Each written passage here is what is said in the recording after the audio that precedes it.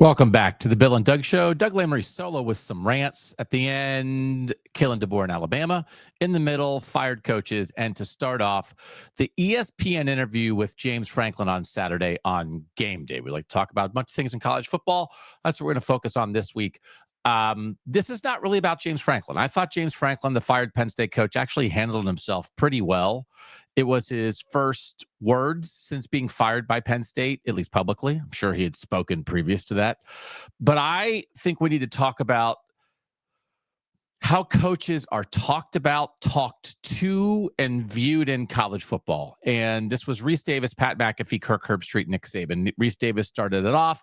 They kind of went around the table. Everybody had a question, and then Reese Davis finished it off. Reese Davis was the closest thing, obviously, to a journalist on that stage because he is the only one who is a journalist. The other ones don't pretend to be. But the thing is, then we have to make sure that we don't treat them that way because this was propaganda. This was puffery. And overall, what I think is the issue is the fetishization. And I worked on saying that word, the fetishization of coaches in college football. And it is born out of several things. So it is that, and it is the victimization of coaches, treating coaches as victims, when what actually I think college football is becoming the victim of is this coach-led media culture, that everything that is discussed through the eyes of the head coach, because the head coach is the constant, and the head coach is the contact, the head coach is the voice, the head coach is the guy you schmooze with. And then the head coach is the person who gets fired and or retires and joins the media. And so like Nick Saban's comments to and around James Franklin were the screwiest ones. Were the ones that we should give the least amount of attention to, but because he's Nick Saban, it can often get the most attention. Because I actually think this is harmful for college football. Because in professional sports, coaches are not the stars of professional sports. The Kansas City Chiefs are about Patrick Mahomes and Travis Kelce and Chris Jones. They are not about Andy Reid first, right? The Philadelphia Eagles are about Jalen Hurts and Devontae Smith. They are not first about Nick Sirianni. But in college football, because these players obviously pass through in 3 or 4 years, some of them with the transfer portal are on a program for a year, the coaches are the ones who represent everything. And that's fine, as long as we don't kowtow to them. And the interview with James Franklin, particularly Nick Saban, saying, you know, James Franklin was asked whether it was fair that he got fired. And he said, fair is not for me to decide. And I thought that's a good thing. I thought James Franklin handled himself. Nick Saban said, I'm going to answer it. It's unfair as hell. I'll say it's unfair. And this idea that in a culture, in a world, in a society where people lose their jobs all the time, almost all of them without $50 million buyouts, people lose their jobs all the time. And not every person who loses their job loses it because of an egregious failure. And I think when we get in this mindset in college football that, man, how could you fire somebody who wasn't an egregious failure? You created circumstances. You created a standard that then led to your firing. That's not what it's about. It's about what the organization needs, what the fan base needs, what the overall group needs in that moment. And it might not be fair to the individual, but it is what's best for the whole. And that happens all the time. So the idea that any coach who is fired when he is not a complete and utter failure is a victim is so wrong. And it skews the entire view of college football.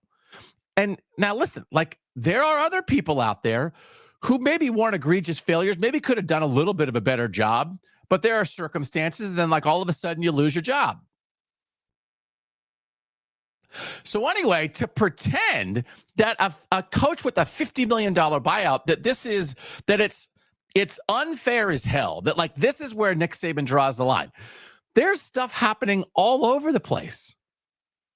There are people all over the place losing their jobs. Why is this different? Because we have to kiss the butt of coaches. Why? Coaches are, because they're the way player movement happens, coaches are the faces and voices of college football. But it should not be a coach-first culture, because here's the secret. Coaches are fine. The coaches are fine. And many of those coaches, and to some degree, James Franklin is part of this, are stewards. They are not often creators. They are skilled and talented success stories in their field, but they are often at the highest level taking over something that was built by somebody else. This is not a bootstraps, ground up kind of, oh my God, James Franklin made Penn State football out of nothing. He was privileged, and he earned the right of that privilege. He earned it. He earned the privilege to take over that program. And then it ran its course.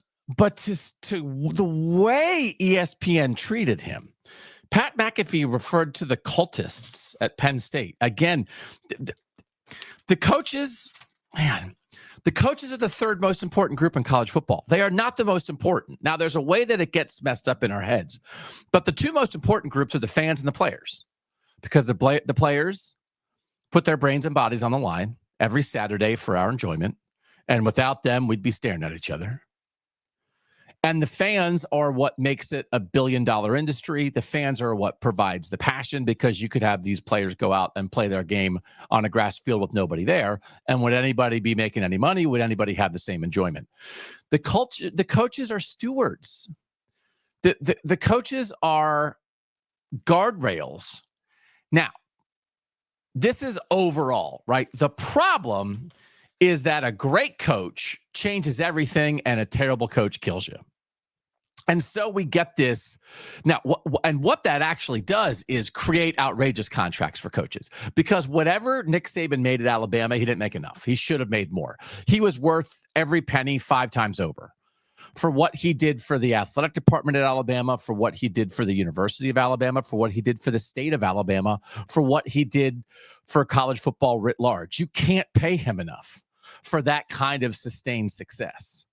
And then the coaches who drive programs off a cliff, you can't pay them too little, but they still get their money. They all get their money. And so we live in, we fetishize. Dang it. Why did I start saying the F word again? We put coaches on pedestals when they succeed, because we understand how valuable that is to everybody. And it is difficult. And then when they fail with the biggest safety net in society, right? They leave with these giant contracts, and they've made a ton of money along the way. And I'm not begrudging them the money. I am begrudging media treating them like this. It's embarrassing. It was embarrassing what ESPN and GameDay did to James Franklin. There's no reason to treat him like that. Be an adult. And then to act like him coming on the show, Desmond Howard, it speaks volumes about who you are, that you're kissing his butt just for showing up and talking about it. You don't need to do that. The coaches will be fine. They are handsomely compensated. Should they be publicly berated? Well, I mean, they always think it's like, if you're publicly berated for your profession, right? Should they be personally attacked? Should their families be attacked? No, I get it. But like this idea, so then the thing that I thought was the most annoying about what James Franklin did is, like, the hardest thing is leaving the players, like this kind of thing. And the idea that you are responsible for all these people under you when you run a giant organization like that, right? The assistant coaches, the staffers, the players, they are kind of like at your mercy a little bit. And so making it personal, it's not personal, it's professional. This is all a professional thing. And now that the players are paid, we can all accept that even more. So the idea that poor James Franklin and all his people that he's responsible for, this is a terrible thing. He has to go tell his family first that, like, he got fired and he doesn't want to hear that.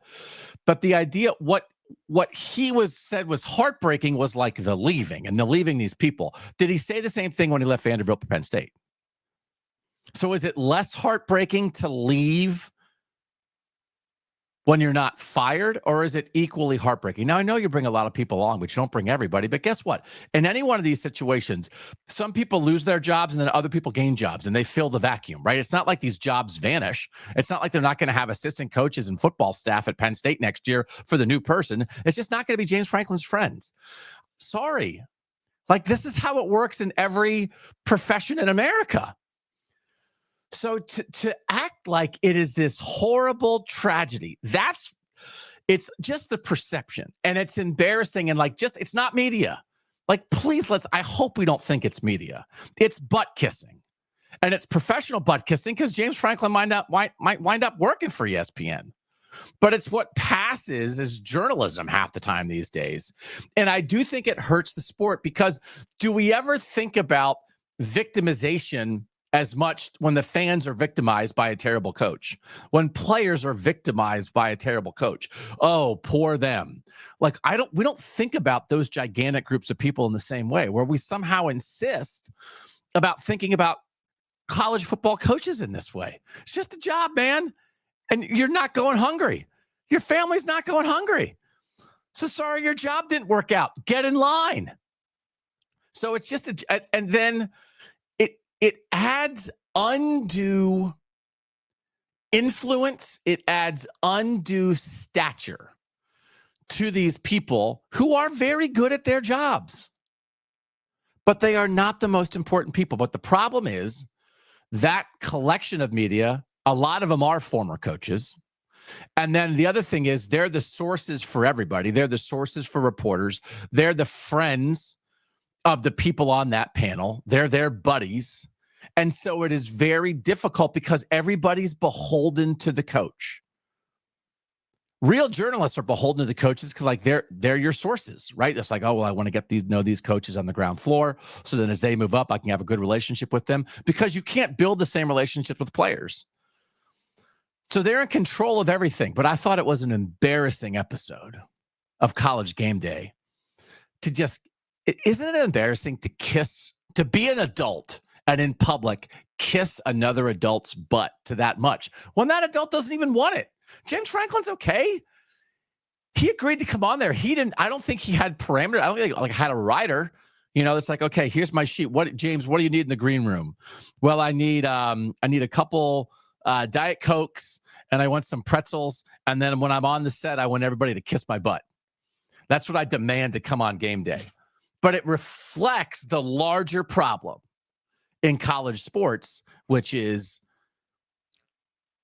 acting like the coaches are the number one most important thing, and acting like anytime something goes wrong for them, they are victims. I hate coaches as victims. Oh, I hate it. Let's talk about fired coaches, because guess what? They're just people who lost their job. They're not victims. 11 openings this year. 2 of them were open coming into the year because the coaches were fired in the offseason, but we'll still count it. 7 in the power conferences, 4 in the group of 6. Florida, Penn State, Arkansas, Oklahoma State, UCLA, Virginia Tech, Stanford. Those are the 7 among the power conferences. Oregon State, Colorado State, UAB, and Kent State. There's a thing that, like, some people really like to talk about, like the idea of relegation with North American sports and with college sports. And it's like, well, if you win a group of 6 league, then you should move up into one of the bigger leagues. And then if you're bad, you should move down. And they just love European soccer. And, like, just keep it in Europe. I mean, like, if I need another theoretical story about relegation in American sports, it's like, let Europe can do it their way. That's fine. We're not doing it here. Like, nobody's going to agree to it here. This is relegation. The relegation is, there are 68 power conference football teams. 11 of them are going to make the college football playoff. 7 of them already have fired coaches. We're probably going to get to 11 by the end of the year. So if you think of it that way, there's 68, 11 move up, you're in the playoff. You don't go anywhere the next year. You still play the same teams. 11 are in the playoff, and let's say 11 get fired. That's your relegation. You have to rebuild your entire program. So Florida, Penn State, Arkansas, Oklahoma State, UCLA, Virginia Tech, and Stanford, they're not moving down a level, but they also kind of are, Because in this world with NIL and the portal, you could lose all your good players. And then you completely have to redo your roster, and you are relegated. West Virginia's relegated this year because they have a new coach and they rebuilt the roster. Purdue's actually playing pretty well, but they haven't done much. They don't have wins to show for it, not many. They're relegated this year. North Carolina is relegated this year with Bill Belichick, right? Like, you got to suck it up.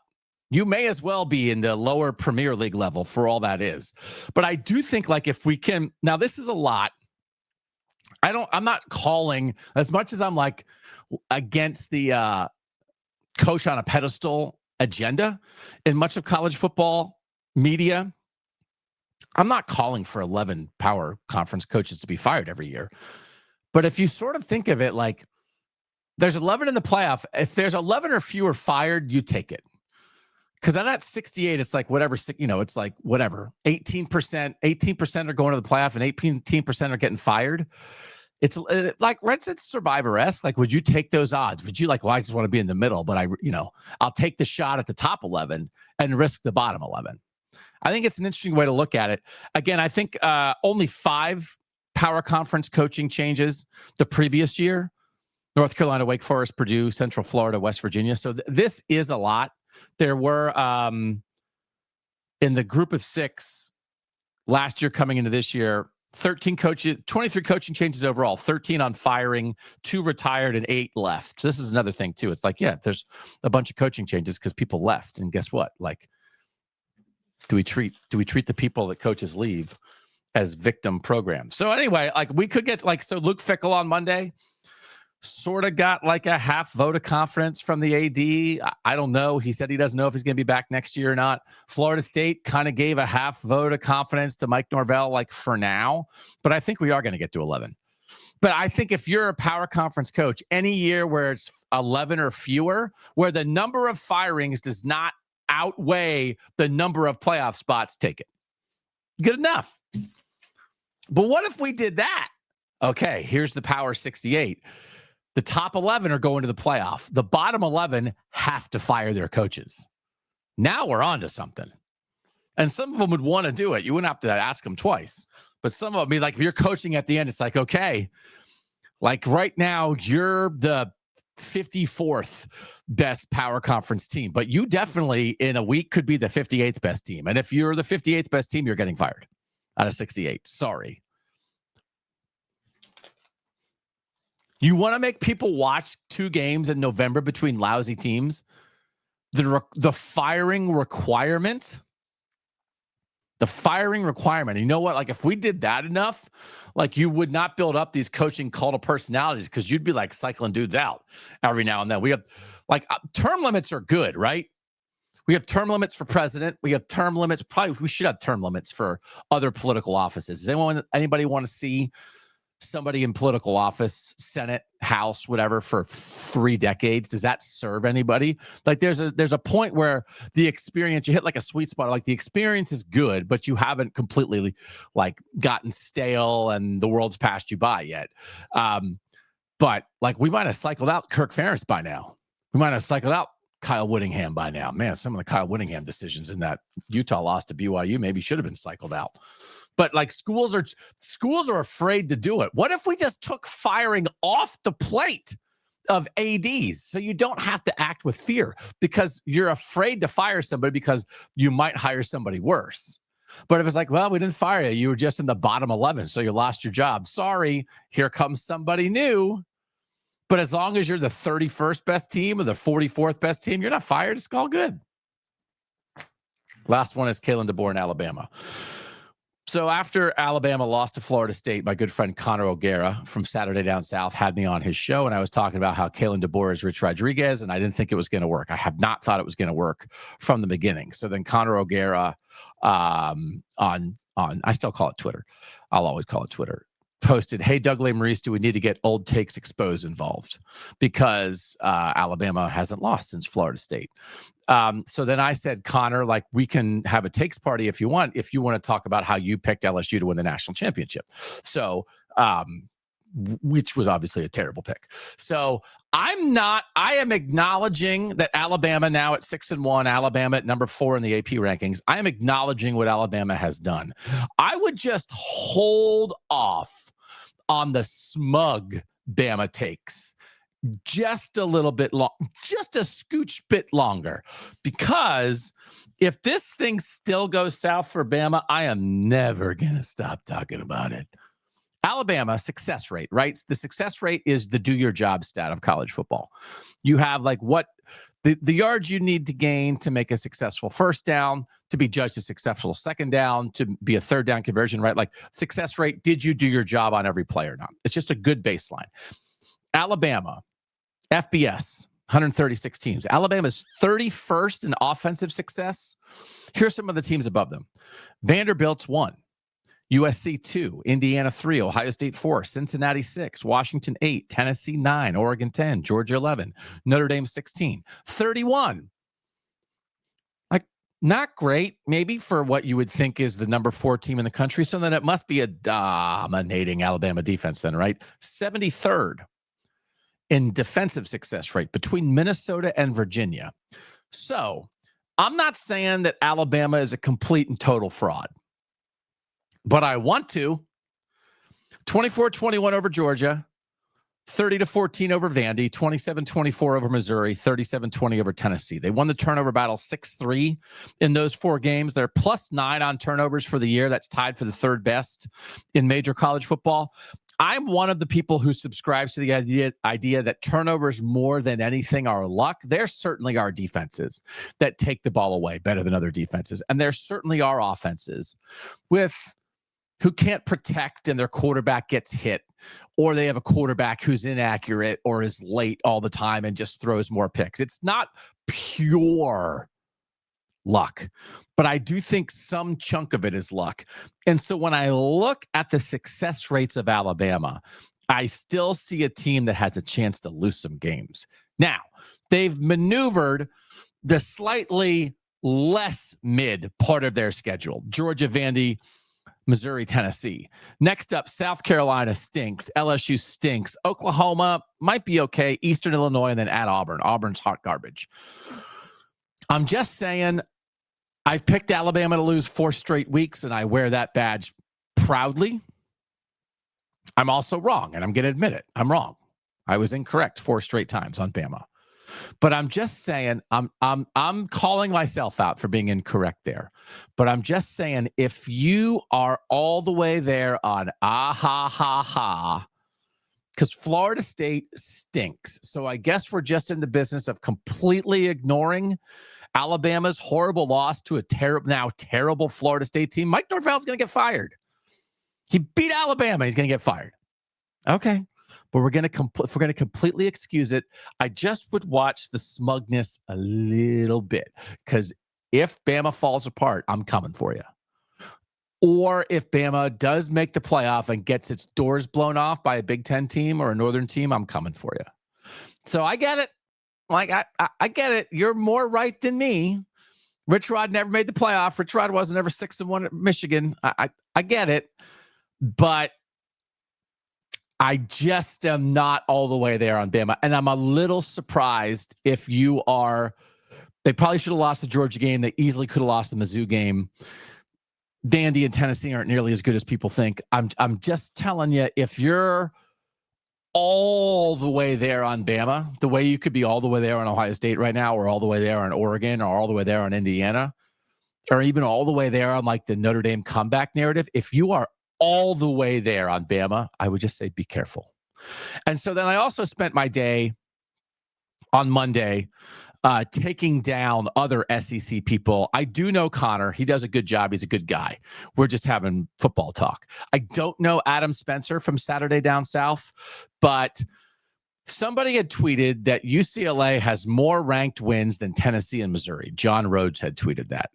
So Adam Spencer tweeted, UCLA has more losses to New Mexico and Northwestern than Mizzou and Tennessee too.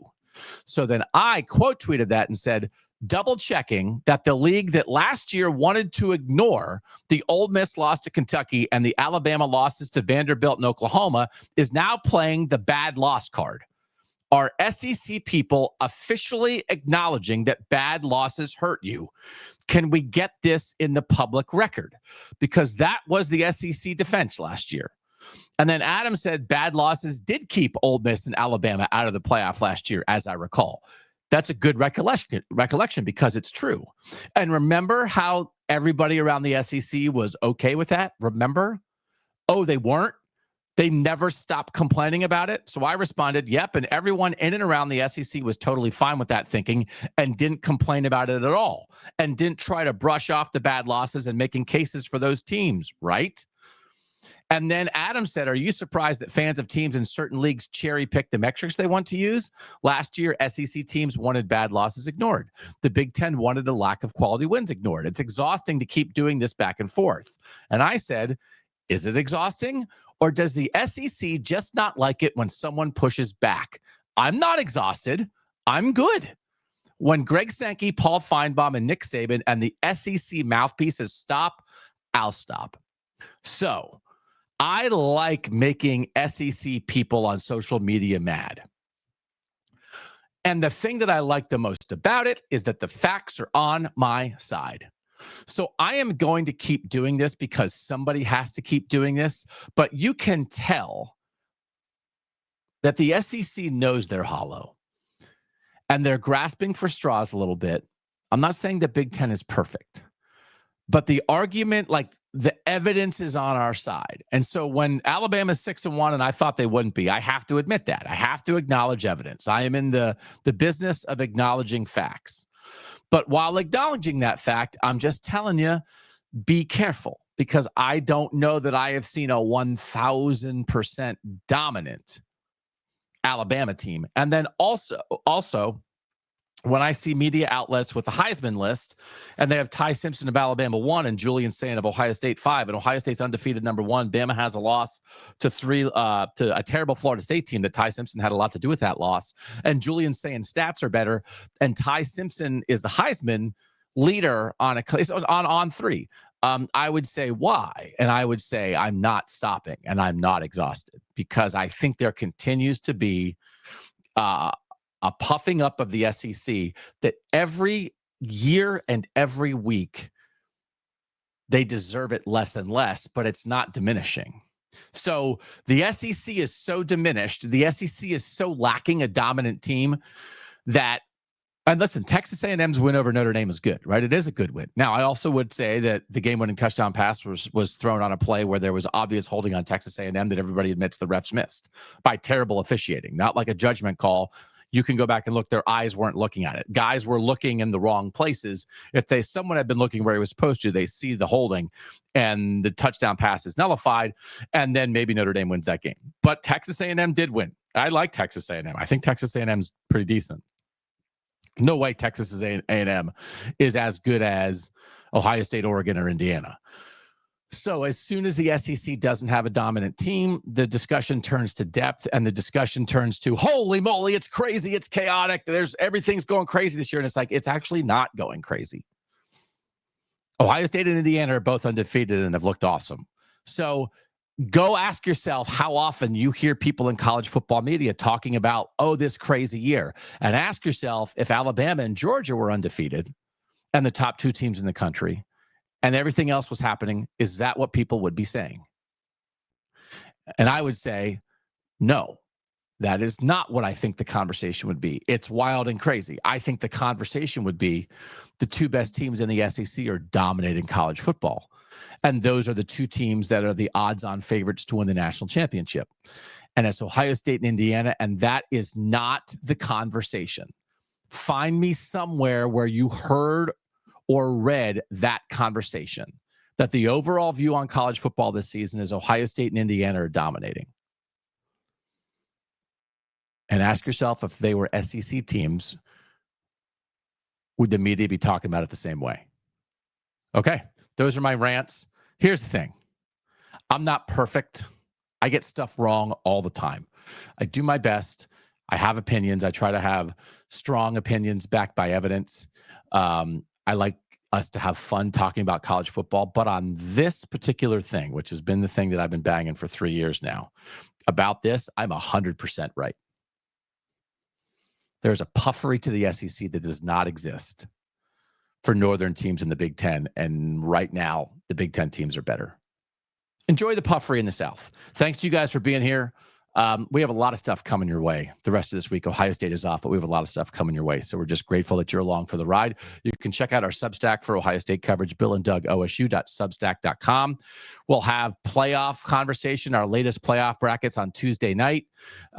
We will have Ari Wasserman from On3 joining us for a conversation about title contenders here on this YouTube channel and on these podcast channels this week. And then we'll be making our national picks at the end of the week. And we'll also have some stuff we think about Ohio State receivers. We're going to, Bill and Landis and I are going to talk about that. So for now, thanks to you guys for being part of it. I'm Doug Lesmerises, and that was the Bill and Doug Show.